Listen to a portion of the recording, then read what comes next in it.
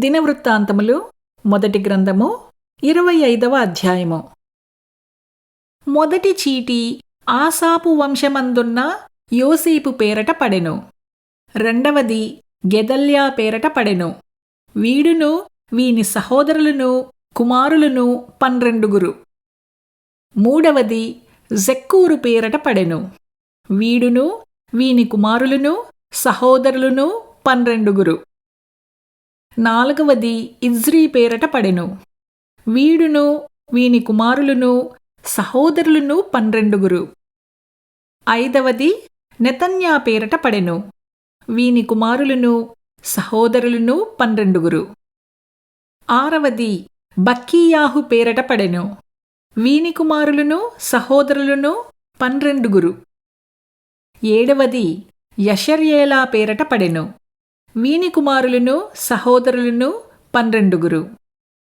ఎనిమిదవది యెషయా పేరట పడెను.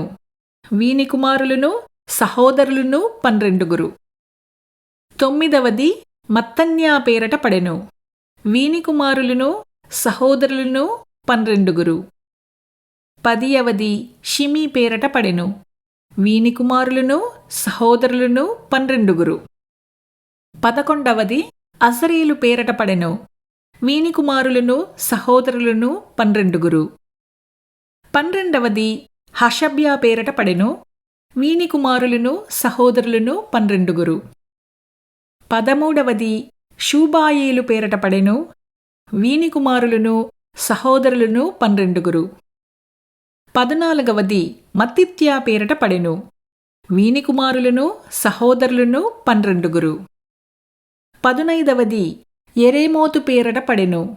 వీని కుమారులను సహోదరులను 12. 16వది హనన్యా పేరట పడెను. వీని కుమారులను సహోదరులను 12. 17వది యోష్బెకాషా పేరట పడెను. వీని కుమారులను సహోదరులను 12. 18వది హనానీ పేరట పడెను. వీని కుమారులను సహోదరులను 12. 19వది మల్లోతి పేరట పడెను. వీని కుమారులను సహోదరులను 12. 20వది ఎలియాతా పేరట పడెను.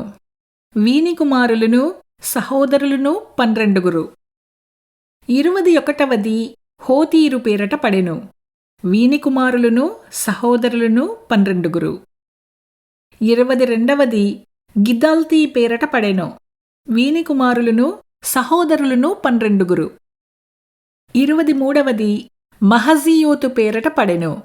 వీని కుమారులను సహోదరులను 12. 24వది రోమంతయేసరు పేరట పడెను.